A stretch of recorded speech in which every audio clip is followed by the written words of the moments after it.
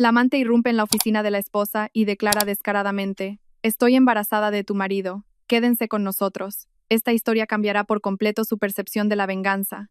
La puerta del despacho se abrió de golpe con un estruendo tal que pareció que alguien la había emprendido a patadas. En ese instante, Elena apretó instintivamente el bolígrafo que sostenía, dejando un garabato tembloroso en el documento en lugar de su firma.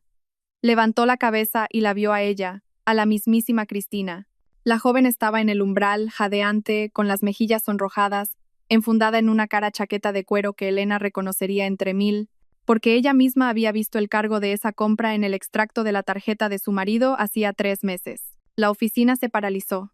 Los empleados, sentados en sus mesas en el gran espacio diáfano, levantaron la cabeza como una manada de suricatos que hubieran olido el peligro. Su colega Pilar, siempre metiendo las narices en asuntos ajenos, hasta se quitó los auriculares, y sus ojos se abrieron como platos, anticipando el escándalo. Cristina dio un paso al interior, y sus tacones repiqueteaban contra el suelo de tarima con un ritmo que recordaba al redoble de tambor previo a una ejecución. Elena sintió como todo en su interior se encogía en un nudo apretado, pero su rostro permaneció impasible, como tallado en mármol. 6 meses de entrenamiento. Durante 6 meses había aprendido a controlar cada músculo, cada nervio, cada emoción. «Estoy embarazada de tu marido», gritó Cristina, y su voz resonó con tal fuerza que pareció que hasta los cristales de las ventanas vibraban. El silencio que siguió fue pesado, pegajoso como una telaraña. Elena vio cómo los dedos de Pilar se quedaban congelados sobre el teclado, cómo su colega Sergio se giraba lentamente en su silla, sin siquiera intentar disimular su curiosidad. A lo lejos, una gota de agua caía de la máquina de café, y el sonido parecía ensordecedor en la quietud reinante. Elena dejó el bolígrafo sobre la mesa con cuidado, como si fuera de cristal de Murano, y miró a Cristina. La joven respiraba con dificultad, su pecho subía y bajaba bajo un fino suéter, y en sus ojos se mezclaban el triunfo y el miedo, como un niño que ha hecho una travesura y espera la reacción de los adultos. «Siéntate», dijo Elena con calma, sorprendiéndose a sí misma de lo firme que sonaba su voz. «Vamos a hablar». Se levantó de su escritorio, sintiendo sobre ella docenas de miradas como si fueran focos de escenario, y se dirigió hacia la puerta. Se detuvo junto a una Pilar enmudecida. «Por favor, salid todos durante 15 minutos. Necesitamos hablar a solas». Sergio abrió la boca para decir algo, pero se topó con su mirada y cambió de opinión. Los empleados empezaron a levantarse a regañadientes, arrastrando los pies, susurrando entre ellos, lanzando miradas curiosas a Cristina, que permanecía en medio de la oficina como una actriz en escena que de repente ha olvidado su guión. Cuando la puerta se cerró tras el último de sus colegas, Elena giró la llave en la cerradura. El clic sonó como un disparo. Se acercó a la ventana, bajó las persianas venecianas, aislándolas del mundo exterior, y solo entonces se volvió hacia la invitada no deseada.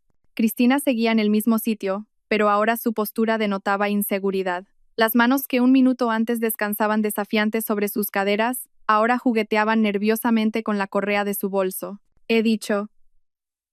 «Siéntate», repitió Elena, señalando la silla frente a su escritorio. Cristina se dejó caer en la silla, y sus movimientos eran torpes, como si de repente se diera cuenta de que el guión no estaba saliendo según lo planeado. Probablemente esperaba lágrimas, histeria, quizás incluso una pelea. Pero no esta calma, fría como el hielo de un congelador. Elena volvió a su escritorio, abrió el cajón inferior y sacó una carpeta gruesa. Una carpeta azul, de las normales con cintas, de las que venden en cualquier papelería. La puso sobre la mesa entre ellas, como un jugador de póker que muestra el as de espadas. «¿Sabes qué hay aquí?», preguntó Elena, y en su voz había un matiz difícil de definir, burla, cansancio o algo aún más profundo. Cristina permaneció en silencio, mirando la carpeta como si fuera una serpiente venenosa a punto de atacar. Elena desató las cintas, abrió la carpeta y comenzó a sacar documentos lentamente, uno por uno. La primera hoja, el registro detallado de llamadas telefónicas, columnas de números, fechas, horas, duración de las conversaciones. Aquí Elena deslizó un dedo por las líneas. «Tu número, 1240, y 3 llamadas en el último año. Algunas de hasta 2 horas.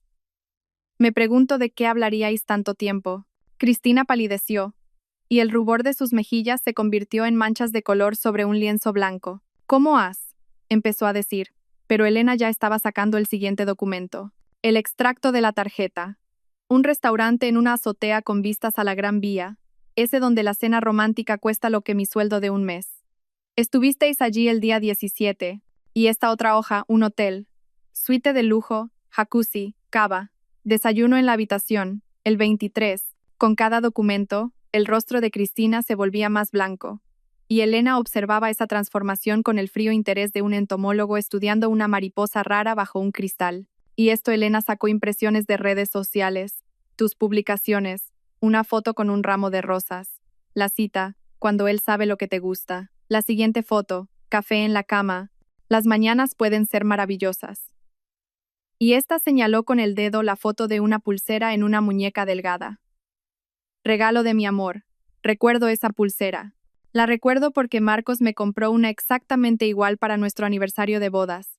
Hace 7 años. Cristina tragó saliva. En el despacho reinaba un silencio tal que se podía oír el tic-tac del reloj de pared, contando los segundos de aquel extraño interrogatorio. Lo sabía, susurró Cristina. No era una pregunta, sino la constatación de un hecho. Lo has sabido todo este tiempo. Elena se reclinó en su silla, que gimió lastimeramente. Afuera, el claxon de un autobús rompió el silencio, y el sonido irrumpió en su mundo aislado como un recordatorio de que la vida seguía, a pesar de todo. Lo sabía, asintió Elena. Desde hace 6 meses. Desde el día en que vi un mensaje tuyo en su móvil, se lo dejó en casa, se fue a la ducha y el teléfono vibró en la mesilla de noche. Te echo de menos, mi vida, con un emoticono de corazón. Hizo una pausa, y en esa pausa afloró un recuerdo, vívido y doloroso como un trozo de cristal en una herida. Aquel día había sido normal. Un sábado por la mañana, el sol se colaba por las cortinas y el apartamento olía a café recién hecho. Marcos se levantó más tarde de lo habitual, se desperezó, dijo algo sobre ir al gimnasio y se metió en el baño. Y Elena, de pie junto a la ventana con una taza en las manos, veía cómo los niños jugaban al fútbol en el patio, persiguiendo un balón entre los coches aparcados.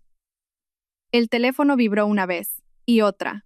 Elena se giró, vio la pantalla iluminada en la mesilla, se acercó sin pensar nada malo, solo para dárselo a Marcos. Y lo vio. Te echo de menos, mi vida. El mundo no se derrumbó. No hubo un apocalipsis. Simplemente, algo en su interior hizo un clic silencioso, como un interruptor, y todo cambió. La luz se volvió más fría, el aire más denso, y el café en su taza de repente le supo amargo, aunque le había echado 2 cucharadas de azúcar, como siempre. Elena volvió al presente, encontrándose con los ojos muy abiertos de Cristina. Podría haber montado un escándalo, continuó Elena en voz baja, con un tono distante, como si contara la historia de otra persona. Podría haber despertado a todos los vecinos con mis gritos, haberle tirado todo lo que tuviera a mano, echarle de casa. Pero ¿sabes qué hice? Cristina negó con la cabeza en silencio. Nada. Absolutamente nada.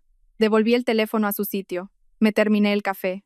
Cuando salió de la ducha, le sonreí y le pregunté qué quería para desayunar. Y decidí recopilar información. Volvió a coger la carpeta, sacando nuevas hojas. El contrato de alquiler de tu piso. Muy bonito, ¿verdad?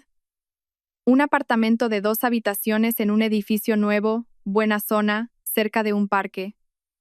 Lo paga mi marido, por cierto. Aquí están los recibos de los últimos 8 meses. Cristina cerró los ojos con fuerza, como si sintiera dolor. Y esto Elena sacó varios documentos más. El contrato de financiación del coche. Tu sedán rojo, en el que has venido hoy. El avalista es Marcos. Un crédito a 5 años. Divertido, ¿verdad? Se ha atado a ti con obligaciones financieras durante 5 años, mientras que con su mujer solo tiene 15 años de vida en común y una hija.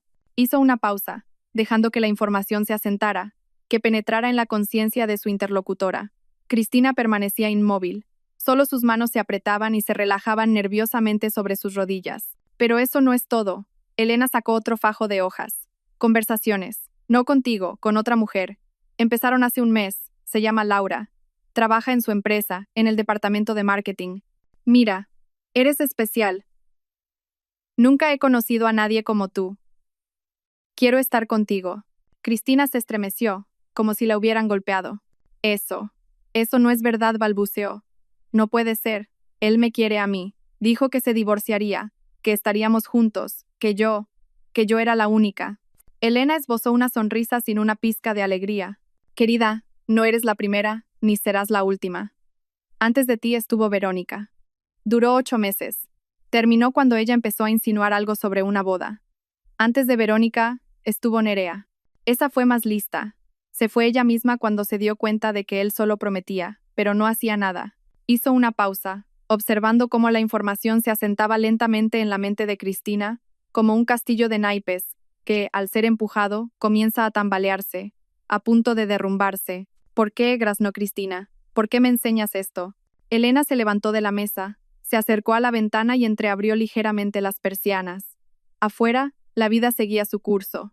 La gente se apresuraba a sus quehaceres. Los coches estaban atascados en el tráfico. A lo lejos, unos obreros reparaban la calle, y el sonido de un martillo neumático llegaba hasta allí, al tercer piso. «Porque has venido aquí triunfante», dijo Elena, sin volverse. «Pensabas que me destrozarías con la noticia del embarazo. Pensabas que caería de rodillas, que lloraría, que le suplicaría que se quedara, y él, por supuesto, se iría contigo, la joven, guapa y embarazada. Un cuento de hadas con final feliz. Solo que hay un problema». Se giró, y su mirada era tan penetrante que Cristina apartó la vista involuntariamente. «No eres la primera que piensa así, y la vida no es un cuento de hadas». Elena volvió al escritorio. Sacó de la carpeta unos cuantos documentos más y los apiló frente a Cristina. «Y esto seguro que te interesa», dijo, y en su voz apareció algo nuevo. No era regocijo, sino más bien lástima. «Se trata de tu embarazo, un informe médico. Marcos se sometió a un tratamiento de infertilidad hace 3 años. Aquí están los resultados de los análisis. Aquí, el informe del médico. Aquí, las recomendaciones. ¿Sabes lo que pone?» Cristina contenía la respiración. El mundo entero se había reducido al tamaño de esas pocas hojas de papel sobre la mesa. «Probabilidad de concepción natural», leyó Elena del papel, menos del 5%, prácticamente imposible sin intervención médica. Se hizo un silencio tan denso que pareció que hasta el tiempo se había detenido. Cristina miraba los documentos, su rostro tan blanco como una sábana de hospital. «Esto», susurró, «pero estoy segura de que estoy embarazada. La prueba dio positivo. He estado en el médico. Estoy de 8 semanas. No dudo que estés embarazada», dijo Elena, y su voz se suavizó. «La única pregunta es, ¿de quién?» Cristina se cubrió la cara con las manos. Sus hombros empezaron a temblar, y Elena vio cómo las lágrimas se filtraban entre sus dedos. No eran lágrimas teatrales ni fingidas, sino reales, amargas como el ajenjo, y de repente, como si una presa se hubiera roto, un recuerdo afloró en la memoria de Cristina. La fiesta de empresa, hacía 2 meses. Los compañeros celebraban la finalización de un gran proyecto. Habían alquilado una casa rural. Había una piscina, mucho alcohol. Marcos dijo que se quedaría hasta tarde en el trabajo, que no podría ir. Cristina fue sola, bebió demasiado, bailó. Y luego estaba Andrés, un colega del departamento de al lado, guapo, divertido, que no paró de servirle vino y hacerle cumplidos toda la noche. Y ella no recordaba exactamente qué pasó después. Solo fragmentos, risas, sus manos, la habitación de invitados de arriba. La mañana llegó con dolor de cabeza y una vaga sensación de vergüenza que inmediatamente enterró en lo más profundo y nunca más volvió a sacar. «Dios mío», exhaló Cristina. «Dios mío, ¿qué he hecho?» Elena volvió a sentarse a su escritorio. Guardó todos los documentos en la carpeta, atando cuidadosamente las cintas. Afuera, el metro retumbó al pasar bajo tierra, y ese sonido cotidiano las devolvió a ambas a la realidad. «La cuestión no es qué has hecho», dijo Elena, cansada. «La cuestión es qué vas a hacer ahora». Cristina levantó la cabeza, sus ojos enrojecidos por el llanto, el rímel corrido dejando surcos negros en sus mejillas. «No lo sé», susurró. «De verdad que no lo sé», pensé. Tenía tantas ganas de creer que me quería, que estaríamos juntos, que por fin mi vida se arreglaría. «Querías un cuento de hadas», dijo Elena, y en sus palabras no había condena, solo la constatación de un hecho. Un príncipe azul que te sacara de tu piso de alquiler hacia un futuro feliz. Solo que Marcos no es un príncipe. Es un hombre corriente, egoísta, débil, acostumbrado a tomar sin dar nada a cambio. Cristina la miraba, y en sus ojos brillaba algo parecido a la comprensión. «¿Y sabes qué es lo peor?», continuó Elena, y su voz se hizo más queda. «Que todavía le quiero. Aquí estoy, enseñándote todos sus pecados, y por dentro todo me arde. Porque 15 años de vida en común no se pueden borrar sin más, como un error en un cuaderno. Tenemos una hija, tiene 12 años. Adora a su padre, ¿y qué le voy a decir yo?». Se calló, y en el silencio que siguió, las dos mujeres permanecieron sentadas una frente a la otra. cada una con su dolor, su verdad, sus ilusiones rotas. No quiero destrozar tu familia, susurró Cristina. La familia no la has destrozado tú, respondió Elena. La ha destrozado Marcos. Tú solo eres un instrumento, una de tantas. Mañana habrá otra, pasado mañana una tercera. Esa gente no cambia. El teléfono sobre la mesa vibró y ambas se sobresaltaron. Elena miró la pantalla. Marcos llamando. Miró a Cristina, luego al teléfono y lentamente extendió la mano hacia él. Contestó. Dime. Su voz era absolutamente tranquila. Elena, hola. La voz de Marcos sonaba como siempre, enérgica, segura. Oye, hoy llegaré tarde. Reunión con unos socios. Ya sabes, no me esperes para cenar. Entendido, dijo Elena, mirando a Cristina, que se había puesto aún más pálida, si eso era posible. De acuerdo, hasta luego. Colgó el teléfono. Reunión con unos socios, repitió Cristina, sin vida. Me escribió hace media hora diciendo que se liberaría por la tarde, que me recogería del trabajo, que cenaríamos juntos. Elena asintió. Claro, es un maestro de los malabares. A la esposa una cosa, a la amante otra, a la tercera algo más. Y todas creen, todas esperan, todas tienen esperanza. Cristina cerró los ojos, y de nuevo las lágrimas rodaron por su rostro. Silenciosas, sin esperanza. ¿Qué hago?, preguntó. Y en esa pregunta estaba toda su impotencia, todo su miedo al futuro. Elena la miró fijamente. Esa chica era 12 años más joven que ella, más guapa, más esbelta. No tenía arrugas en los ojos por las noches en vela con una niña enferma. No tenía canas que ocultar con tinte.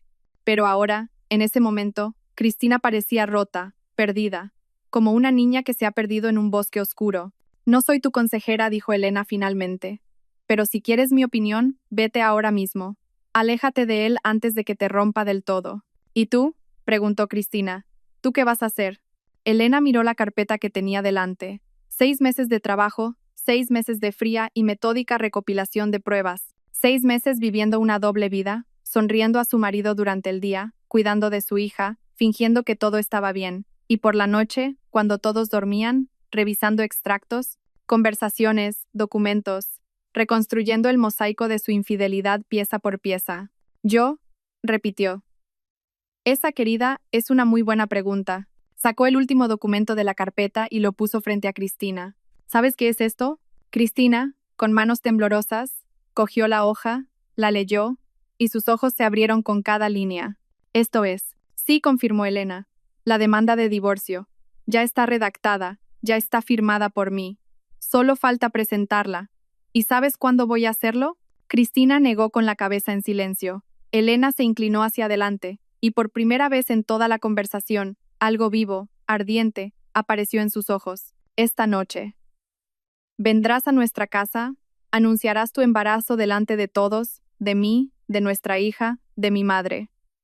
Le exigirás a Marcos que lo reconozca y asuma su responsabilidad, y mientras él se debate, se excusa, miente, yo presentaré estos documentos en el juzgado. Tú, ¿quieres que yo? Quiero que por fin entienda que no todo en este mundo gira a su alrededor, dijo Elena con dureza. Quiero que vea cómo se derrumba su pequeño teatro de marionetas. Quiero justicia. Cristina la miraba, y en sus ojos se debatían el pánico, la duda, el miedo. ¿Y yo qué gano con esto?, preguntó en voz baja. Me quedaré sin nada. Sin él, sin dinero, con un hijo. Ganarás la libertad, dijo Elena. Y una lección que, espero, recordarás toda tu vida. Se levantó, se acercó a la puerta, subió las persianas. El sol le dio en los ojos, cegándola, y Elena parpadeó por un segundo. Decide, dijo, sin volverse. Tienes hasta esta noche. A las 7 te espero en la dirección que te voy a escribir. Y entonces, el teléfono de Cristina estalló en un trino. La joven lo sacó con manos temblorosas, miró la pantalla y se quedó helada. Es él, susurró. Marcos. Me escribe, ¿dónde estás? Tenemos que vernos urgentemente. Creo que Elena sabe algo. Ha hablado conmigo muy tranquila ahora. Las dos mujeres se miraron, y en esa mirada estaba todo, la comprensión, la amargura y un extraño e inesperado parentesco entre dos mujeres engañadas por el mismo hombre. Elena sonrió con amargura. Bueno, dijo. Parece que la función empieza antes de lo que había planeado. El silencio se apoderó de la habitación, denso, lleno de pensamientos no expresados y dudas. Afuera, Un coche pasó. A lo lejos, un niño lloró, y la vida continuaba, indiferente a sus dramas internos. Lo pensaré, dijo finalmente Cristina, levantándose de la silla con las piernas como de algodón. Necesito tiempo. Tienes hasta las 7 de la tarde, le recordó Elena, sacando una tarjeta de visita y escribiendo la dirección en el reverso. Si decides venir, ven a esa hora. Si no, bueno, entonces actuaré sola. Cristina cogió la tarjeta con dedos temblorosos, la metió en el bolsillo de la chaqueta y se dirigió a la puerta. Antes de salir, levantó lentamente los ojos hacia Elena, y en su mirada había una mezcla de sentimientos, conmoción, comprensión y algo más, parecido a una amarga solidaridad entre dos mujeres a las que el mismo hombre había engañado. El trino del teléfono cortó el silencio del despacho, tan bruscamente que Cristina se sobresaltó junto a la puerta. Marcos llamaba una y otra vez, y ella no contestaba. «Lo sabe», susurró Cristina, iluminada por una súbita revelación. «Claro que lo sabe». Elena sonrió torcidamente. Alguien de la oficina, probablemente, se lo habrá chivado. Los cotilleos se extienden más rápido que un virus. Ahora está en pánico, intentando tomar el control de la situación. El teléfono volvió a sonar, insistente, exigente, y Cristina lo miraba como si fuera una serpiente venenosa. «¿Qué le digo?», preguntó, impotente. «Nada». Elena se acercó a ella, y por primera vez en toda la conversación, algo parecido a la compasión sonó en su voz. «No cojas el teléfono. Deja que se preocupe, que sufra la incertidumbre. Será solo el principio de lo que se merece». Cristina asintió, guardó el teléfono en el bolso y salió del despacho sin mirar atrás. La puerta se cerró tras ella con un suave clic, y Elena se quedó sola en su despacho, rodeada de carpetas con documentos, pruebas de infidelidad y traición. Se acercó a la ventana, la abrió de par en par, dejando entrar el aire fresco, impregnado del olor a lluvia inminente, y por un segundo se permitió cerrar los ojos. Le esperaba una noche que lo cambiaría todo. Le esperaba la tormenta que ella misma había provocado. Y curiosamente, en lugar de miedo, sentía casi alivio. Por fin esta farsa terminaría. Las máscaras caerían y todos verían los verdaderos rostros. Y fuera, el cielo se cubría de nubes, prometiendo una tormenta.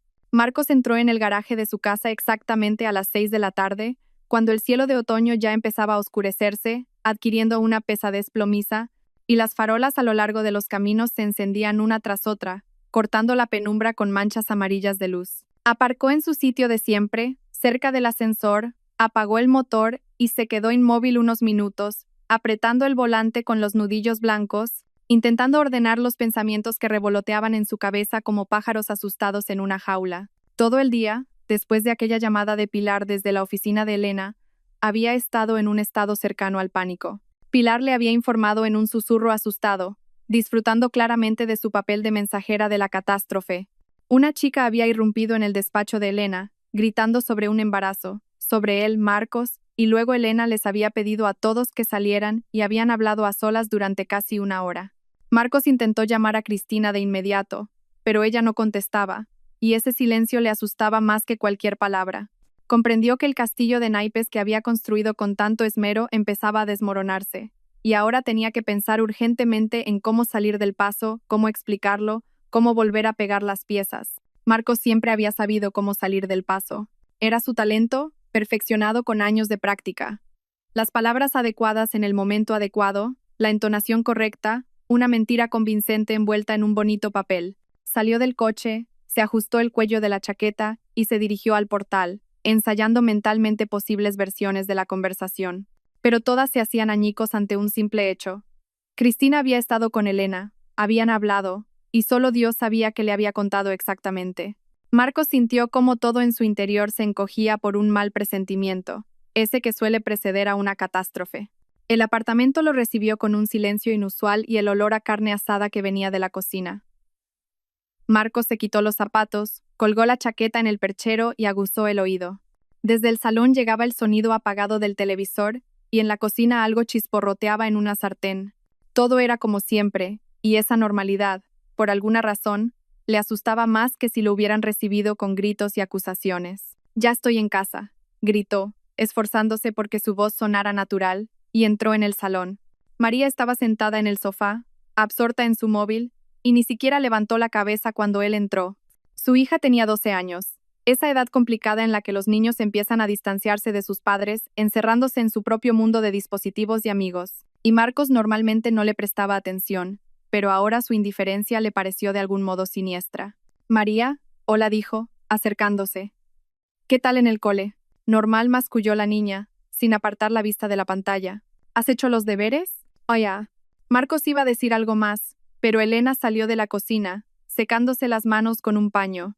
Y su mirada era tan tranquila, tan normal, que por un segundo llegó a dudar de si realmente había ocurrido lo que Pilar le había contado. Qué temprano hoy, dijo Elena con voz neutra, sin que nada en ella delatara ninguna emoción. Pensaba que te quedarías hasta tarde, en la reunión con los socios. Se canceló, mintió Marcos automáticamente, observando la expresión de su rostro, intentando captar cualquier señal de que ella sabía, de que estaba al tanto. Decidieron posponerla para mañana. Entiendo. Elena asintió. Pues pongo la mesa. Por cierto, he invitado a mi madre. Llegará pronto. Hace mucho que no nos vemos todos juntos. Marcos sintió un vuelco en el estómago. Isabel, su suegra, nunca le había tenido especial aprecio, y él lo sabía, aunque ella nunca lo hubiera dicho directamente.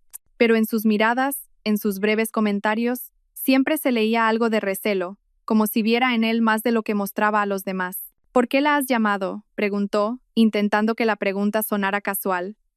Mañana tiene que trabajar por la mañana. Me apetecía verla. Elena se encogió de hombros. La familia tiene que pasar tiempo junta, ¿no? En esas simples palabras, Marcos intuyó algo amenazador, pero no pudo entender qué era exactamente. Elena volvió a la cocina, y él se quedó de pie en medio del salón, sintiéndose como un actor que ha salido al escenario sin saberse el guión de la obra. Media hora después llegó Isabel, y Marcos le abrió la puerta, fingiendo una cordialidad que no sentía. La suegra cruzó el umbral, lo recorrió con una mirada evaluadora, y entró en el apartamento sin siquiera saludarle. Tenía 62 años, pero parecía más joven, con la espalda recta, el pelo cano recogido en un moño pulcro, y unos ojos que parecían ver a través de la gente. Hola, María. Isabel abrazó a su nieta, que por fin se despegó del móvil y sonrió a su abuela con una sinceridad que no le dedicaba a su padre. Te he echado de menos. Y yo, abuela. María se acurrucó contra ella. Y Marcos de repente sintió una punzada de algo parecido a los celos o el resentimiento. ¿En qué momento se había convertido en un extraño en su propia familia? Se sentaron a la mesa en el salón y Elena empezó a servir los platos. Solomillo asado con patatas, ensalada, pan recién hecho. La conversación no fluía, se producían pausas incómodas, y Marcos sentía cómo aumentaba la tensión, densa como la niebla antes de una tormenta. Isabel permanecía en silencio, comiendo a pequeños bocados y lanzándole de vez en cuando miradas extrañas, como si intentara descifrar algo. El reloj de la pared marcaba las 7:30 cuando sonó el timbre de la puerta. Brusco, insistente, y todos en la mesa se quedaron helados, como si hubieran oído una señal de alarma. ¿Quién puede ser? Marcos se levantó de la mesa, y su voz sonó demasiado alta en el silencio que se había instalado. Yo abro, dijo Elena, levantándose con calma. Siéntate y termina de comer. Fue hacia la puerta, y Marcos oyó el clic de la cerradura, el suave chirrido de las bisagras, y luego una voz de mujer, familiar, que le heló la sangre. Hola, soy Cristina. Necesito hablar con Marcos. Claro, pasa. La voz de Elena era tan amable, tan normal, que Marcos pensó por un segundo que se estaba volviendo loco. Justo estamos cenando. Únete a nosotros. Cristina apareció en el umbral del salón, y Marcos vio que su rostro estaba pálido, sus ojos enrojecidos por el llanto, pero en ellos ardía una especie de determinación febril. Se quedó en el umbral, agarrando su bolso, y su mirada se movía entre él y Elena, como un animal acorralado buscando una salida. ¿Qué haces aquí?, consiguió decir Marcos, y su voz sonó ronca, ajena. Cristina, esto no. Estoy embarazada, soltó Cristina, y sus palabras cayeron en el silencio como piedras en un abismo. De ti. Y prometiste que te divorciarías, que estaríamos juntos. ¿Qué? Isabel se levantó bruscamente de la silla, y su rostro se puso blanco. ¿De qué está hablando Marcos? María permanecía inmóvil, mirando a Cristina con los ojos muy abiertos, y sus labios temblaban, como si intentara decir algo pero no pudiera articular palabra. Esto es un malentendido. Marcos se levantó de un salto, derribando la silla, que cayó al suelo con estrépito. Está loca. No sé qué se ha inventado, pero es una tontería. Una tontería. Cristina dio un paso hacia la habitación, y ahora en su voz había histeria mezclada con desesperación.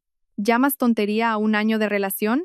¿Llamas tontería a todas tus promesas? Estoy embarazada, Marcos. Dentro de mí está creciendo un bebé, y tú eres el padre. Yo no soy el padre, gritó Marcos. Y en ese grito había pánico, el miedo animal ante un mundo que se derrumbaba. Mientes. Ese niño no es mío. El silencio que siguió a esas palabras fue ensordecedor. María se cubrió la cara con las manos y rompió a llorar. En silencio, sin esperanza. Y esos sollozos fueron el sonido más terrible que Marcos había oído jamás. Isabel se dejó caer de nuevo en la silla, y su rostro parecía tallado en piedra. Entonces, admites que teníais una relación, dijo Elena, y su voz era tan fría que un escalofrío recorrió la espalda de Marcos. Simplemente niegas la paternidad. Elena, yo. No es lo que piensas. Marcos dio un paso hacia su mujer, pero ella levantó una mano, deteniéndolo. No te acerques, pronunció en voz baja. Pero en esa voz baja había tal fuerza que él se quedó paralizado. No te atrevas a acercarte a mí. Mamá, sollozó María. ¿Qué está pasando?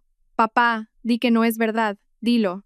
Marcos miró a su hija, a su rostro lloroso, lleno de desesperación y súplica, y comprendió que, dijera las palabras que dijera ahora, todo estaba acabado. Su princesita, a la que había acunado en sus brazos, enseñado a montar en bicicleta, protegido de todos los males, lo miraba como si fuera un monstruo. María, cariño. Extendió las manos hacia ella, pero la niña retrocedió, pegándose a su abuela. No la toques. Isabel abrazó a su nieta, protegiéndola, y la mirada con la que fulminó a Marcos estaba tan llena de desprecio que él se sintió miserable. Ya has hecho suficiente.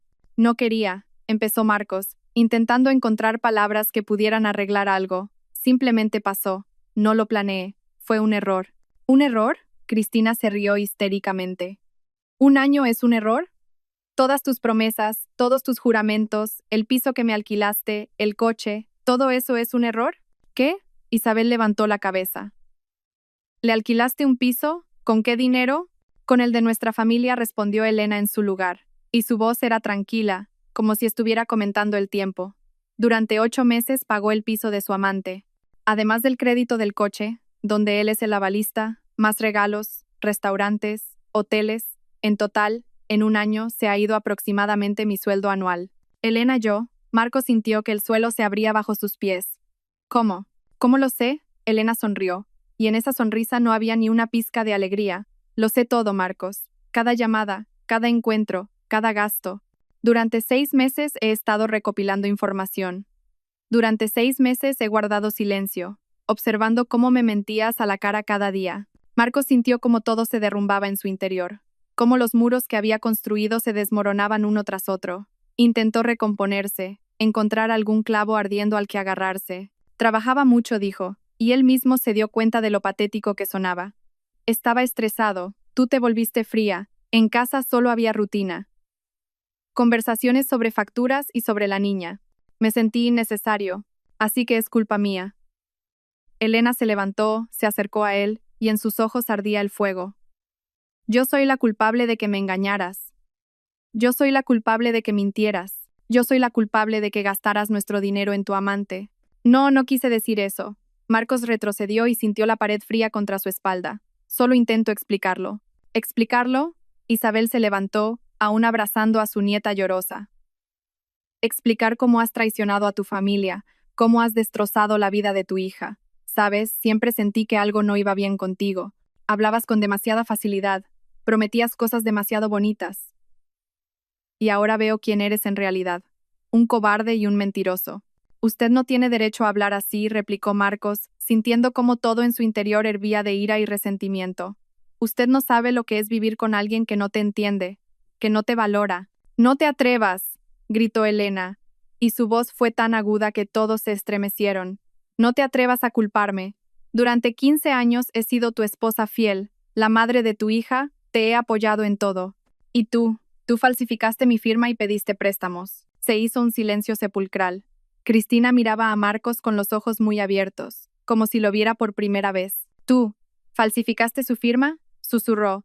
¿Eres un delincuente? No es un delito. A Marcos le hubiera gustado que se lo tragara la tierra. Necesitaba dinero para el negocio. Iba a devolverlo. Son dificultades temporales. ¿Dificultades?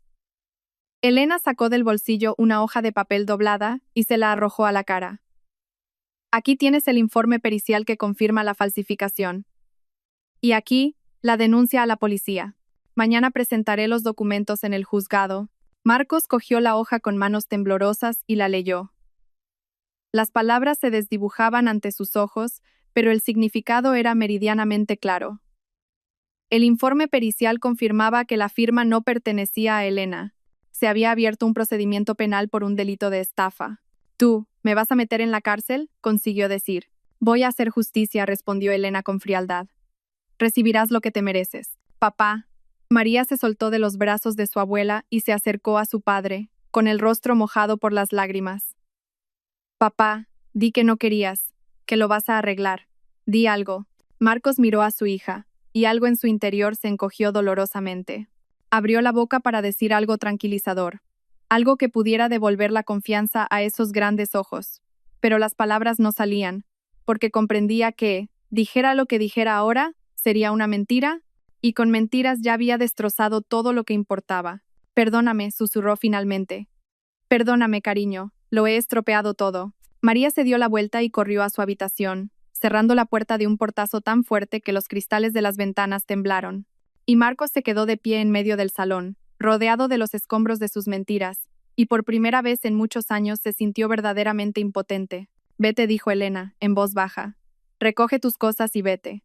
Hoy mismo». «Este es mi piso», intentó objetar Marcos, aferrándose al último clavo ardiendo. «El piso está a mi nombre», le recordó Elena. «Y después de todas tus estafas no tienes ningún derecho sobre él». Marcos miró a su mujer, a su suegra, a Cristina, que estaba a un lado, abrazándose a sí misma, y de repente comprendió que había perdido de forma definitiva e irrevocable. «¿Creéis que voy a renunciar a todo así como así?», dijo, y en su voz sonó algo peligroso. «Yo también tengo un as en la manga, y os arrepentiréis. Todas vosotras». Se dio la vuelta y salió del apartamento, sin siquiera coger la chaqueta. Y la puerta se cerró tras él, con un estruendo tal que el eco retumbó por todo el rellano. Y en el apartamento quedaron 3 mujeres y una niña, encerrada en su habitación. Y por primera vez en mucho tiempo, se hizo un silencio entre ellas en el que no había mentiras, solo dolor, decepción y un extraño e inesperado alivio de que, por fin, todo hubiera terminado. La mañana comenzó con una llamada telefónica, brusca e insistente, que rompió la fina película del sueño intranquilo en el que Elena había pasado el resto de la noche. Tras la pesadilla de la víspera, cogió el teléfono sin abrir los ojos y escuchó la voz de la tutora de María, preocupada y ligeramente desconcertada. «Elena, perdona que llame tan temprano, pero María no ha venido a primera hora. ¿Sabes dónde está? ¿Quizás está enferma?» Elena se incorporó en la cama tan bruscamente que le martillaron las sienes, y el corazón se le hundió en el pecho, en un frío vacío de miedo. Su mirada se desvió hacia el reloj de la mesilla. Las 9:30 de la mañana. Se levantó de un salto, se puso una bata y salió corriendo al pasillo, donde en el perchero debería estar la mochila de María. El gancho estaba vacío. «Lo compruebo ahora y te devuelvo la llamada», consiguió decir Elena, y sin despedirse, corrió a la habitación de su hija. La puerta estaba cerrada, y la abrió tan bruscamente que golpeó contra la pared. La cama estaba hecha con esmero, la mesa ordenada, los libros de texto apilados, como si María se hubiera preparado para las clases. Pero la niña no estaba. Elena abrió el armario, revisó el baño, la cocina, el balcón. Su respiración se volvía cada vez más rápida y superficial, y en su pecho crecía el pánico denso y pegajoso como la melaza. «María», gritó, sabiendo que era inútil, que el apartamento estaba vacío, pero incapaz de detenerse. «María, ¿dónde estás?» Isabel, que se había quedado a dormir en el sofá del salón, acudió corriendo, asustada, con el pelo cano revuelto y cara de sueño. «¿Qué pasa? ¿Por qué gritas?» «María no está». Elena corría por el apartamento, mirando en cada rincón, como si una niña de 12 años pudiera esconderse detrás de una cortina o debajo de una mesa. «No está en el colegio. No está en casa. Mamá no está». Registraron el apartamento una vez más, metódicamente, mirando incluso donde el sentido común sugería que la niña no podía estar. Entonces, Isabel encontró una nota sobre la mesa de la cocina, apoyada contra el salero, escrita con la conocida y amplia caligrafía de Marcos, en una hoja arrancada de un bloc de notas. «La niña está conmigo. ¿Quieres verla? Retira la demanda del juzgado. M». Elena leyó esas líneas una vez, y otra, Y con cada lectura, crecía en su interior una furia tan ardiente y devoradora, que por un segundo todo se tiñó de una neblina roja ante sus ojos. Se había atrevido. Se había atrevido a usar a su hija como moneda de cambio en este juego sucio.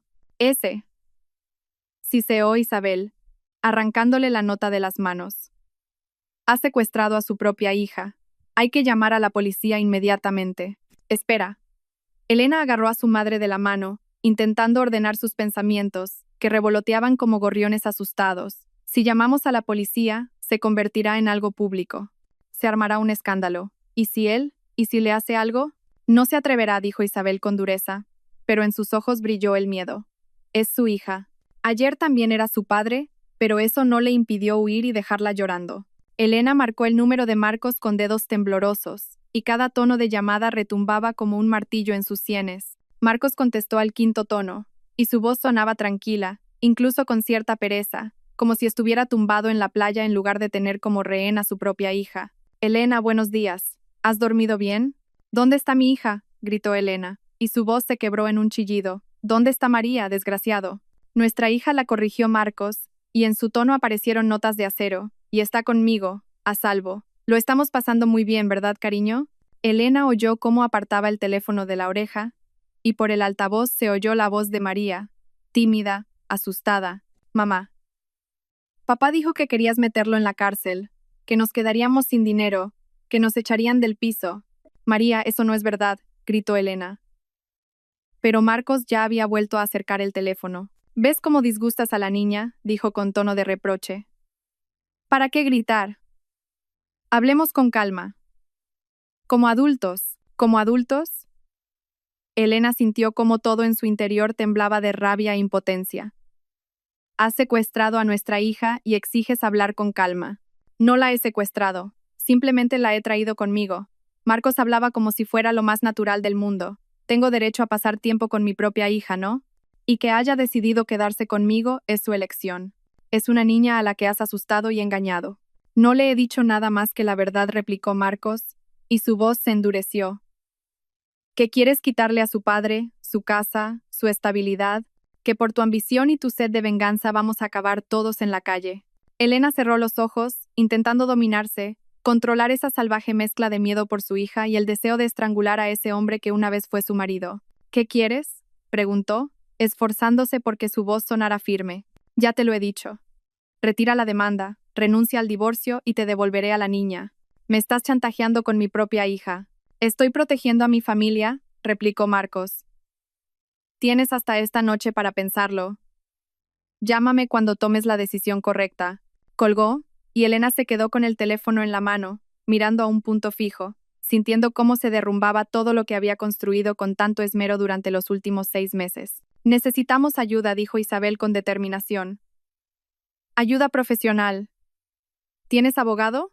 Elena negó con la cabeza. El abogado de ayer, que preparó los papeles del divorcio, era bueno en el trabajo de oficina, pero claramente no estaba preparado para tal giro de los acontecimientos. Necesitaba a alguien más, alguien que supiera cómo luchar contra hombres como Marcos. Una compañera de trabajo, Marta, tuvo una situación similar hace un año, recordó febrilmente. Su marido también intentó manipular a los niños. Hablaba de una abogada, dura pero eficaz. 20 minutos y una decena de llamadas después, Elena estaba sentada en el despacho de la abogada Marta Sánchez, una mujer de unos 50 años, con el pelo corto, una mirada aguda y los modales de una luchadora experimentada que lo había visto todo y ya nada la sorprendía. El despacho era pequeño, amueblado con muebles funcionales, y la única decoración eran los diplomas en las paredes y una foto de 2 adolescentes sobre la mesa. A ver, Marta Sánchez escuchaba, tomando notas en un cuaderno, y su rostro permanecía impasible. Se ha llevado a la niña, amenaza con no devolverla hasta que retire la demanda. Un caso clásico de chantaje parental. He visto cientos como este. ¿Y qué hago?, preguntó Elena, y su voz temblaba. Primero, no entrar en pánico. Segundo, no ceder a su chantaje. Si cedes ahora, entenderá que el método funciona y usará a la niña como palanca de presión una y otra vez. Tercero, reunimos pruebas de su incapacidad como padre y presentamos una denuncia a la policía por secuestro. Pero es su hija. ¿Eso es un secuestro? Según la ley, Si se ha llevado a la niña sin tu consentimiento y la retiene contra la voluntad de la madre, que tiene la custodia, se considera secuestro, explicó Marta. Además, tenemos el chantaje, que en sí mismo es un delito penal. ¿Qué pruebas tienes de su comportamiento inapropiado? Elena recordó el video de hacía un mes, cuando Marcos llegó a casa borracho y montó un escándalo, gritándole, tirando cosas, y ella, temiendo por su seguridad y la de su hija, lo grabó todo con el teléfono. Tengo un video donde está borracho, agresivo, y los vecinos oyeron cómo gritaba, cómo amenazaba. Excelente, Marta Sánchez asintió. Eso nos ayudará. También tenemos que demostrar que es propenso a la manipulación y utiliza a la niña para sus propios fines. ¿Tienes la grabación de la conversación de hoy? No, no se me ocurrió grabar. No importa. La próxima conversación la grabas. Y ahora vamos a la policía, ponemos la denuncia, y luego al juzgado para solicitar una orden de alejamiento temporal que le prohíba comunicarse con la niña sin tu presencia.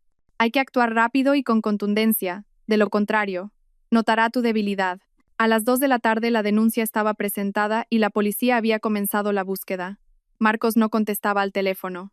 Su móvil estaba apagado, pero el trabajo de investigación reveló que su coche había sido captado por las cámaras cerca de la casa de campo de su amigo Javier. Una patrulla de la policía se dirigió a la urbanización, mientras Elena, su madre y la abogada esperaban en un coche cercano, y cada minuto de esa espera se estiraba como una goma, lleno de ansiedad y oraciones para que María estuviera bien. Cuando los policías sacaron a Marcos de la casa, parecía desconcertado y enfadado a la vez, y María caminaba detrás, pálida, con los ojos llorosos. La niña vio a su madre, se zafó de un policía y corrió hacia Elena, hundiendo la cara en su hombro y rompiendo a llorar con tal fuerza que sus hombros se sacudían. «Mamá, perdóname», sollozaba María. «No quería. Papá dijo que solo íbamos a dar un paseo, y luego no me dejaba llamarte y me asusté. Tranquila, cariño, tranquila». Elena le acariciaba el pelo, le besaba la coronilla, y las lágrimas rodaban por sus propias mejillas. «Ya está todo bien. Estoy aquí. Estoy contigo». Se llevaron a Marcos a comisaría para tomarle declaración, y Elena, con su hija y su madre, regresó a casa. El apartamento las recibió con silencio y el olor de la cena de ayer, que nunca se terminó. Esa normalidad, después de la pesadilla vivida, parecía casi irreal. María se sentó en el sofá, abrazando sus rodillas, y miraba a un punto fijo. Elena se sentó a su lado, la abrazó, y durante mucho tiempo permanecieron así en silencio, escuchando el silbido del viento fuera y el ladrido lejano de un perro. «¿Por qué papá ha hecho esto?», preguntó finalmente María en voz baja. «¿Por qué miente? ¿Por qué es así?». Elena suspiró, buscando las palabras que pudieran explicar lo inexplicable, hacer comprensible lo que ella misma apenas lograba asimilar. «Sabes, cariño, a veces los adultos cometen errores, errores grandes y terribles. Papá se ha engañado a sí mismo y a mí durante mucho tiempo, y se acostumbró a vivir como si todo girara a su alrededor. Y cuando se dio cuenta de que ya no podía controlar la situación, se asustó e intentó manipularte. Pero eso no significa que no te quiera. Si me quiere, ¿por qué me asustó?». En la voz de María había resentimiento y desconcierto. «¿Por qué dijo que nos quedaríamos en la calle, que tú eras mala? Porque tiene miedo de perderlo todo. Y con miedo, la gente hace tonterías». No es una excusa, pero es una explicación. María guardó silencio, procesando lo que había oído, y luego miró a su madre con unos ojos que contenían tanto dolor adulto que Elena sintió ganas de aullar por la injusticia de que los niños tuvieran que descubrir tan pronto que el mundo es imperfecto y los padres no son todopoderosos. «¿Y de verdad vamos a vivir peor?», preguntó la niña. «Papá dijo que sin él no tendríamos dinero». «Viviremos de otra manera», respondió Elena con sinceridad. «Quizás tengamos que ahorrar, quizás vendamos este piso y compremos uno más pequeño, pero saldremos adelante. Yo trabajo, la abuela ayudará. Y lo más importante, viviremos con honestidad, sin mentiras». «No quiero volver a verlo», susurró María. «Nunca digas eso». Elena apretó a su hija contra sí. «Es tu padre, y algún día quizás podréis arreglar vuestra relación, pero ahora necesitamos tiempo para superar todo esto». Por la noche, cuando María por fin se durmió en su habitación, agotada por las emociones del día, sonó el teléfono de Elena. «Un número desconocido», contestó con cautela. «Dígame». «Elena, soy Cristina». La voz al otro lado era tensa, asustada. «Necesito tu ayuda. Marcos me ha encontrado.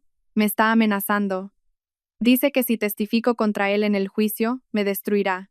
Publicará fotos íntimas mías en internet, les contará a mis padres y en mi trabajo que me acostaba con un hombre casado. No sé qué hacer. Elena cerró los ojos, sintiendo como el cansancio se apoderaba de ella como un peso abrumador. ¿Cuándo terminaría esto? ¿Cuándo los dejaría a todos en paz? ¿Dónde estás ahora? Preguntó. En casa. Me llamó hace media hora. Tengo miedo de que venga. No le abras la puerta a nadie. Mañana por la mañana ven a mi casa y vamos juntas a ver a la abogada. Actuaremos juntas. Tras colgar, Elena se acercó a la ventana y miró la ciudad nocturna, donde las luces brillaban en las ventanas y la gente vivía sus vidas, ajena a su dolor, a su lucha. Y por primera vez en esos días terribles, no sintió miedo, sino rabia. Una rabia fría y racional de una mujer que ya no estaba dispuesta a ser una víctima. La cafetería de la esquina, con sus grandes ventanales y su olor a croissants recién hechos, estaba medio vacía a esa hora de la mañana, cuando los oficinistas ya se habían dispersado por sus despachos y los jubilados aún no habían comenzado sus tranquilos paseos. Elena estaba sentada en una mesa junto a la ventana, observando cómo pasaban los coches y se apresuraban los peatones. Y ese ajetreo cotidiano parecía casi irreal después de la pesadilla de ayer con el secuestro de su hija. Cristina apareció puntualmente a las 10, como habían acordado, y tenía un aspecto agotado, ojeras oscuras, el pelo recogido descuidadamente en una coleta, sin maquillaje. Se dejó caer en la silla frente a Elena y apoyó las manos en la mesa. Elena notó que le temblaban. Gracias por aceptar verme, dijo Cristina en voz baja, con la voz ronca por la falta de sueño o el llanto. No sabía a quién más recurrir. Una camarera les trajo 2 cafés con leche, y permanecieron en silencio hasta que la joven se retiró tras la barra. Elena rodeó la taza con las manos, sintiendo el agradable calor, y miró a Cristina con atención.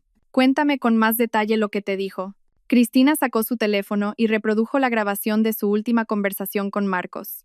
Su voz sonaba apagada por el altavoz, pero las palabras eran claras, y con cada frase, el rostro de Elena se endurecía más. ¿Crees que puedes testificar contra mí así como si nada?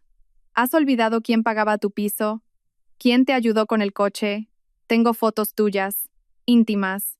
¿Recuerdas? Un clic y se las envío a todos tus amigos, a tus padres, a tus compañeros. Serásselasme reír. Y sobre el niño, les contaré a todos que te acostabas con cualquiera.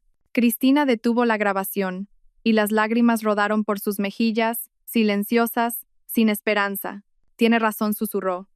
Realmente tiene esas fotos. Las hicimos una vez. Un romanticismo estúpido. Pensé que nos queríamos, y ahora las usa como un arma. Si mis padres se enteran, si se enteran en el trabajo, no sobreviviré a esa vergüenza. Elena guardó silencio, mirando a esa chica que, apenas una semana antes, le parecía su enemiga, la destructora de su familia, y que ahora era simplemente una joven asustada, atrapada en la trampa de su propia ingenuidad. ¿Y si no testificas? Dijo Elena lentamente. Él se librará de su responsabilidad y seguirá haciendo lo mismo con otras. ¿Estás dispuesta a cargar con eso en tu conciencia? ¿Qué puedo hacer? Sollozó Cristina, secándose las lágrimas con una servilleta.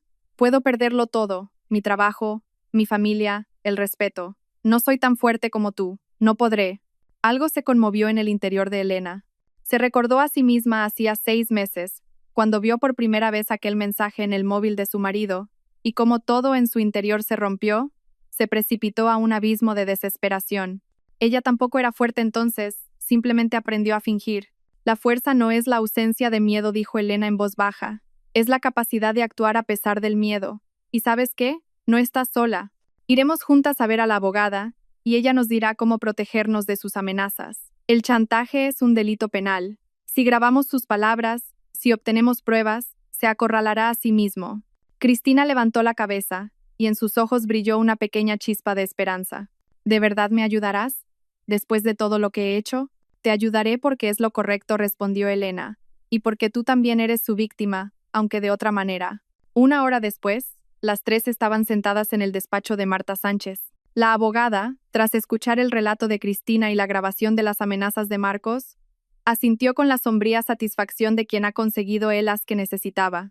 Excelente. Esto es chantaje puro y duro, con amenaza de difusión de material íntimo. Hay un artículo en el Código Penal para esto. La pena es grave. Ahora necesitamos otra grabación donde repita sus amenazas de forma más clara.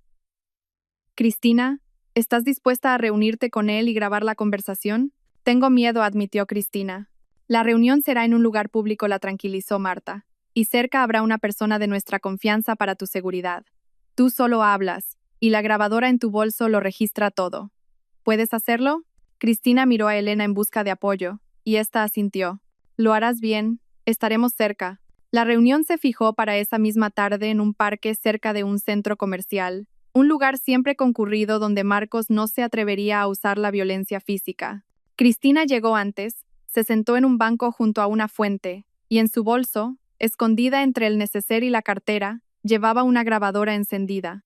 No muy lejos, fingiendo leer un periódico, estaba sentado un hombre de unos 40 años, contratado por la abogada como testigo y para su seguridad. Marcos apareció puntualmente a las 7, con mal aspecto, sin afeitar, con la camisa arrugada y la mirada apagada de quien no ha dormido en toda la noche. Se sentó junto a Cristina y su rostro se contrajo en una mueca que pretendía ser una sonrisa. Bueno, ¿has recapacitado?, preguntó con voz cansada. ¿Has entendido que no te conviene enfrentarte a mí? Marcos, ¿por qué me amenazas? Cristina intentaba hablar con calma, pero su voz temblaba traicioneramente. Estuvimos juntos. Pensé que me querías. Te quise, esbozó una sonrisa torcida. Hasta que fuiste a ver a mi mujer y montaste este circo. ¿Sabes lo que has hecho? Has destrozado mi familia, me has quitado mi casa. Mi hija ahora me mira como a un monstruo, y todo por tu estupidez. Fuiste tú quien destrozó a tu familia, replicó Cristina, y en su voz apareció una nueva firmeza. Nos engañaste a las dos. Nos utilizaste a las dos. Marcos se giró bruscamente hacia ella, y en sus ojos brilló la ira. ¿Utilizaros? Te di todo, un piso, un coche, dinero. ¿Y tú qué? Vienes con tus exigencias, con ese estúpido embarazo que ni siquiera es mío. ¿Y por eso vas a arruinar mi vida?, preguntó Cristina. ¿Publicar fotos íntimas, contarle a todo el mundo lo mala que soy?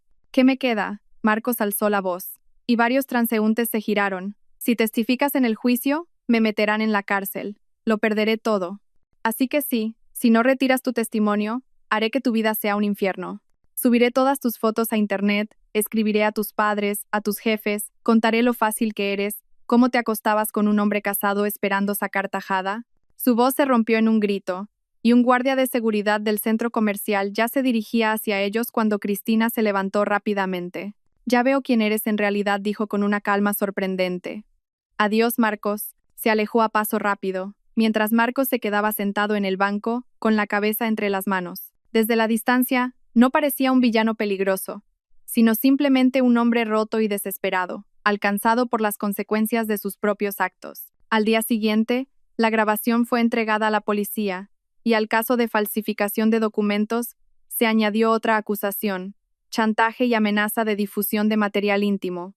El juicio se fijó para 3 semanas después, y esas semanas se hicieron insoportablemente largas, llenas de reuniones con abogados, recopilación de documentos adicionales y noches en vela. La vista se celebró en una pequeña sala que olía a papeles viejos y a aburrimiento burocrático. Elena estaba sentada a un lado, Marcos al otro, y entre ellos había un abismo ya insalvable. La jueza, una mujer de unos 50 años con gafas sujetas por una cadena, estudiaba atentamente los documentos y escuchaba los testimonios, con el rostro impenetrable. Cristina testificó, habló de su año de relación, de las promesas de Marcos, del embarazo, del chantaje.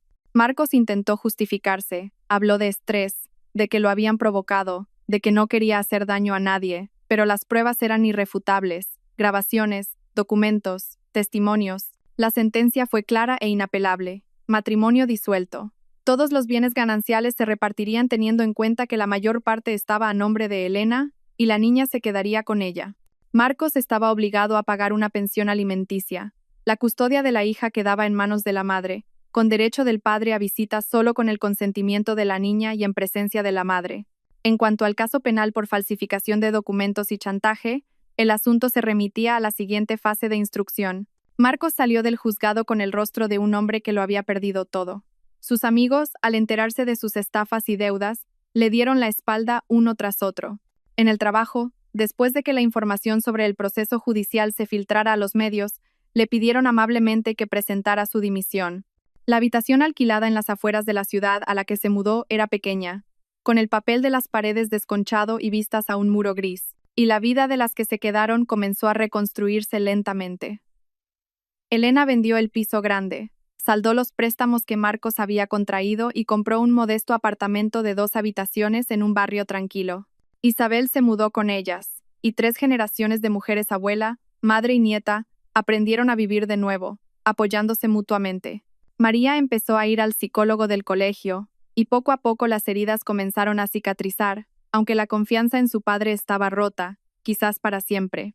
A Elena la ascendieron en el trabajo, reconociendo su profesionalidad y su capacidad para manejar situaciones de crisis, y ahora dirigía un departamento entero. Cristina también encontró la fuerza para seguir adelante. Les contó la verdad a sus padres, esperando su condena, pero recibió su apoyo. Su madre fue a verla, la abrazó y le dijo que todos cometemos errores, que lo importante es saber enmendarlos. Cristina encontró a Andrés, el verdadero padre del niño, y se lo confesó todo. Andrés no estaba preparado para una relación seria, pero aceptó ayudarla económicamente y participar en la vida del niño. Y eso fue suficiente para empezar. Pasaron 6 meses. Un día, Elena volvía del trabajo por el centro de la ciudad cuando lo vio. Marcos estaba en una esquina, esperando el semáforo en verde, y parecía envejecido, apagado, como si en esos 6 meses hubiera vivido 10 años. Sus miradas se cruzaron por un instante, y Elena vio en sus ojos algo parecido a una súplica, el deseo de hablar, de explicarse.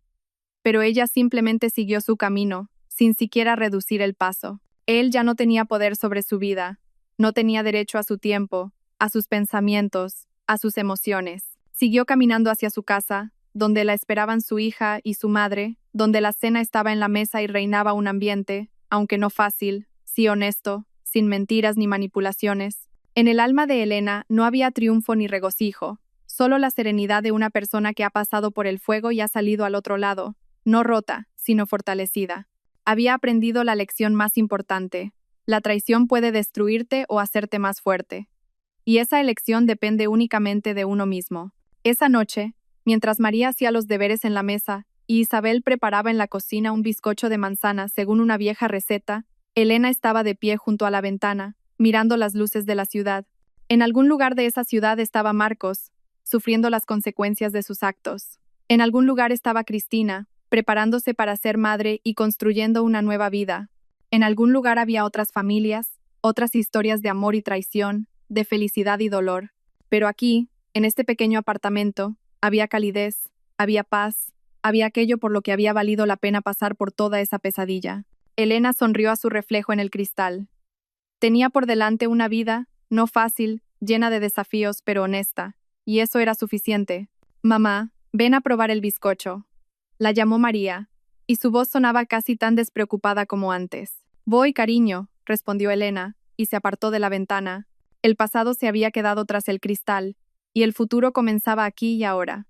Las primeras nieves de ese año cayeron temprano, a principios de noviembre, transformando la ciudad en una acuarela, donde los grises bloques de pisos adquirían de repente un aire de cuento de hadas bajo el manto blanco. Elena estaba de pie junto a la ventana de su oficina en el 8º piso, observando cómo los copos de nieve giraban lentamente en el aire antes de posarse en el asfalto, donde se derretían casi al instante, dejando manchas oscuras y húmedas. Un año atrás, por estas mismas fechas, ella aún no sabía la verdad. Vivía en la hermosa ilusión del bienestar familiar, creía en las promesas, cerraba los ojos a las pequeñas incongruencias. Un año atrás, era otra persona, más ingenua, más confiada. Y curiosamente, Elena no se arrepentía de que esa versión de sí misma hubiera quedado en el pasado. El dolor te curte, como el fuego templa el acero, convirtiendo el metal blando en una hoja resistente. El teléfono vibró sobre la mesa, y Elena vio un mensaje de Cristina con una foto. La joven estaba en una cama de hospital, pálida pero feliz, y en sus brazos dormía un diminuto bulto envuelto en una mantita rosa. «Ha nacido. 200 kilogramos. La he llamado Fe, en honor a tu madre. Gracias por todo», decía el texto bajo la foto. Elena sonrió, sintiendo una extraña calidez. ¿Quién hubiera pensado, 6 meses atrás, que la mujer que irrumpió en su oficina gritando sobre un embarazo se convertiría en una especie de hermana menor, con quien podía compartir miedos y esperanzas? La vida escribe guiones que ni el más retorcido de los guionistas podría imaginar. Cristina lo había conseguido. Encontró la fuerza para admitir sus errores, contarle la verdad a Andrés, aceptar su ayuda sin exigir más. Consiguió un nuevo trabajo, alquiló un pequeño apartamento de una habitación más cerca de sus padres, aprendió a vivir no con el dinero de otros, sino con el suyo propio, aunque fuera modesto.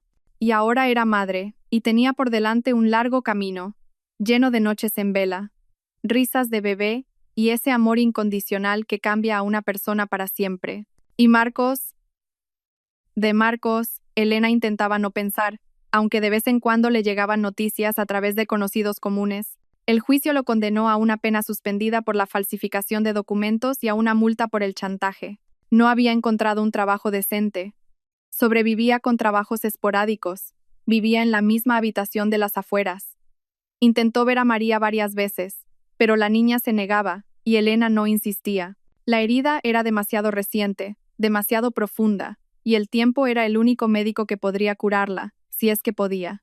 A veces, Elena se sorprendía sintiendo lástima por él. No perdón.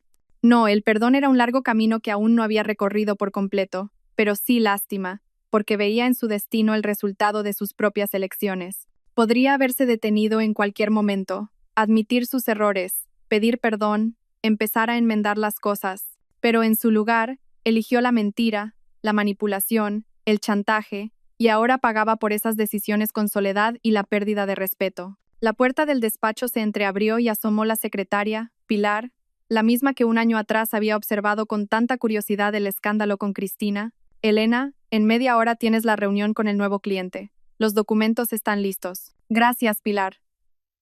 Elena asintió, volviendo a su escritorio, donde había carpetas con proyectos, contratos, planes. El trabajo la salvaba, llenaba sus días de sentido y propósito. El ascenso no solo fue una mejora económica, sino también el reconocimiento de su profesionalidad, su capacidad para resistir los golpes del destino sin romperse. Sus colegas la respetaban, sus subordinados la valoraban, y Elena aprendió a aceptar ese éxito no como una compensación por el dolor, sino como una merecida recompensa por su esfuerzo. Por la noche, en casa, les esperaba una cena de celebración. María había sacado un sobresaliente en el examen de matemáticas, una asignatura que siempre le había costado. Isabel había horneado su bizcocho de manzana favorito, y el apartamento se llenó del aroma a canela y vainilla, ese aroma a hogar que no se puede fingir ni comprar. En la mesa estaban las tres generaciones de mujeres unidas no solo por la sangre, sino por una prueba que podría haberlas destruido, pero que en cambio las había unido más. María hablaba del colegio, de una nueva amiga, de que la profesora había elogiado su redacción, y en su voz sonaba la ligereza de antes, esa que desapareció después de aquella terrible noche en que su mundo se derrumbó, pero que ahora, poco a poco, regresaba. Mamá. María se calló de repente, mirando su plato. ¿Crees que algún día podré perdonar a papá? La pregunta quedó flotando en el aire, y Elena sintió que algo se le encogía por dentro. Puso su mano sobre la de María. No lo sé, cariño. El perdón no es una obligación, es una elección. Lo perdonarás si sientes que estás preparada, y no lo harás si no puedes. Ambas opciones son válidas. Lo importante es que no cargues con ese dolor toda tu vida, que no envenene tu futuro. María asintió, pensativa, e Isabel, sentada enfrente, dijo en voz baja: La vida es larga, niña. Todas tenemos mucho tiempo para aclarar nuestros sentimientos. No te apresures. Más tarde, cuando María se fue a dormir e Isabel veía su serie en el salón, Elena salió al balcón, se arropó en una manta y miró el patio cubierto de nieve. En algún lugar, en las casas vecinas, tras las ventanas iluminadas, vivían otras familias. Y cada una tenía su propia historia, sus propios dramas, sus victorias y derrotas. Pensó en lo frágil que es la felicidad, en lo fácil que es destruirla con una mentira, en lo difícil que es reconstruir la confianza. Pero también pensó en lo increíblemente resistente que es el ser humano, capaz de levantarse tras los golpes más terribles, de curar sus heridas y encontrar la fuerza para sonreír a un nuevo día. Hace un año, su vida se había derrumbado. Hoy, estaba en el balcón de su propio apartamento, más pequeño que el anterior, pero comprado con dinero honesto, donde tenía cerca a sus seres queridos, donde reinaba la verdad y no una hermosa mentira. Y esto era un comienzo, no un final, sino el comienzo de un nuevo capítulo que le tocaba escribir a ella misma. La nieve seguía cayendo, cubriendo la ciudad con un blanco manto de olvido. Y Elena, por primera vez en mucho tiempo, sintió no dolor, no ira, sino algo parecido a la paz.